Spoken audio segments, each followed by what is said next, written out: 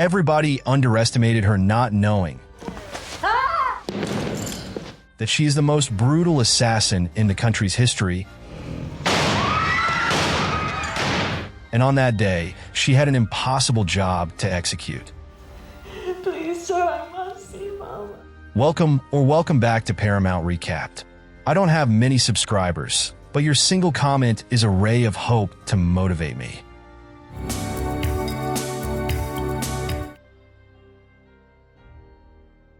For junkies are strolling down the street, with one shirtless guy hauling an unconscious person behind him, flexing his strength. Their grand plan? To bust into a pharmacy that one of them knows well, because it belongs to his dad. This same dude even challenges Barber to a tic-tac-toe game mid-haircut, but his friends are trying to get him focused. Meanwhile, the only girl in the group, Nikita, is in her own world, lost in her music and muttering about needing a fix. All their noise alerts the pharmacy owner, who calls the cops and grabs his shotgun like he's been waiting for this day. Well, you better get a move on because I'm going down there myself. They bust into the place and start hunting for pills, while shirtless dude, not the brightest, gets sidetracked by a pair of sunglasses. Suddenly, the lights flick on, and the owner is standing there, gun aimed, shocked to see his own son among the intruders. His son begs for mercy, claiming they're desperate. But one of the other junkies, already high, decides now's the time to whip out not one, but two guns. Right then, the cops show up and chaos erupts with both sides firing like crazy. In the midst of it, our shirtless friend is more interested in smashing a random slot machine than helping his buddies, while Nikita is so zoned out that she doesn't even realize what's happening. As the cops start taking them out one by one, they eventually find Nikita, still wearing her headphones and oblivious. She's so far gone that she asks the cop for drugs and, when he refuses, pulls a gun on him, shooting him in the face. Lesson learned: drugs and rational decisions don't mix. Nikita gets hauled in for questioning by a detective who clearly believes in equal rights, waking her up and asking her to write down her full name. She responds by stabbing him in the hand he slapped her with. Now that's her idea of equality. Eventually, she's heavily guarded and brought to trial, where she's blamed for all the cop deaths and sentenced to life in prison. Reality hits, and she starts screaming threats at everyone as they drag her to start serving her sentence. To life in prison. There is no question of review for parole. One day, two government-appointed doctors come in, preparing to give her a lethal injection. Sir, please, you have no right.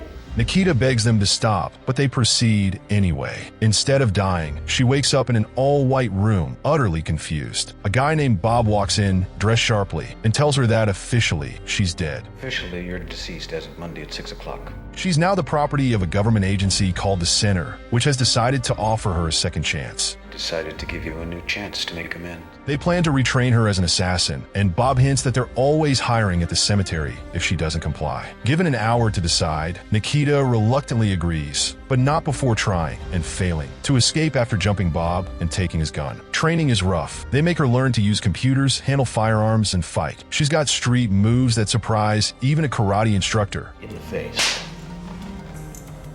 though they soon start getting stricter. She also meets Amon, who's tasked with transforming her from a rough-around-the-edges junkie into a refined femme fatale. Bob checks in on her progress now, and then, on her supposed 20th birthday, though she's clearly past that, she asks for a night out, but Bob turns her down, not trusting her. As her deadline approaches, the agency's head, fed up with her lack of progress, gives her 2 more weeks to shape up or she's out for good. When Bob finally brings her a birthday cake and warns her about her deadline, it hits her hard. Determined, she steps up her training with Amon, who also reveals she's a fellow recruit. 3 years later, Nikita has transformed, now looking every bit the deadly agent, despite her so-called 23rd birthday. To celebrate, Bob finally takes her out, gifting her a loaded gun and revealing her first mission: take out a diplomat and escape within 2 minutes. Though shocked and feeling set up, Nikita pulls herself together, recalls her training, and pulls off the hit. But her escape doesn't go as planned, leading her to a dead end and an intense shootout in the kitchen, with guards firing at her. She stays calm and takes them down. One guard even tries to launch a grenade, but she escapes down a garbage chute. She eventually makes it back to the agency, soaked but alive. Turns out, Bob had known the escape route would be blocked and set this up as her final test. Furious, Nikita gives him a slap, but ultimately calms down when he congratulates her for passing. He even admits he'll miss having her around. They meet the agency's leader, who signs off on her first official mission and hands her everything she'll need to start a new life under the alias Josephine. Nikita settles into her new life in Paris, scoring a small apartment in the heart of the city as she takes on her sleeper agent role for the center. On her first grocery run, she's totally clueless about what to buy, so she decides to copy the choices of a nearby shopper, tossing 10 of each item into her cart. At the checkout, the cashier, Marco, flirts with her and she's all smiles, feeling a little spark for once. Before she knows it, she's invited him over for dinner, which quickly turns into a much more intimate evening. The next morning, Marco is bringing her breakfast in bed, treating her like royalty, calling her princess. Even though things seem to be going well, Marco's got questions, mainly why he hasn't met anyone from her life. But Nikita brushes it off and keeps her secrets tight. Her phone buzzes with her first mission, and she's sent to a bar to meet up with a contact who directs her to the basement of a hotel. Once there, she's greeted by agents who hand her a maid's uniform and tell her to wait. It turns out her job is just to deliver a room service tray packed with hidden explosives to a target's guards. After the task, she heads home, only for Bob to call and congratulate her on her successful mission. She invites him over, introducing him to Marco as her uncle. During dinner, Marco tries to dig into her past through Uncle Bob, who spins a wild, fake story that even Nikita doesn't recognize. To keep the act going, Bob gifts the couple plane tickets to Venice as an engagement present. They travel to Venice, enjoying the sights and their time together until the center calls, interrupting her with a new mission. Reluctantly, Nikita sneaks away, assembling a sniper rifle hidden in her hotel bathroom. Following the center's orders, she waits by the window, spotting her target, a woman among a group of people. After receiving the go-ahead, she takes the shot and swiftly disassembles her gear just as Marco returns, feeling increasingly distant from her mysterious life. Later, Nikita meets with Bob, venting her frustration with the constant manipulation and dangerous missions. To make things worse, Bob gives her another assignment. This time, she's got 6 months to get close to an ambassador and retrieve some highly confidential documents from his apartment. Nikita begins shadowing the ambassador, blending in as an art dealer friend of his mistress, who she manages to charm into lowering his guard. Once she gains access, she hands him a drink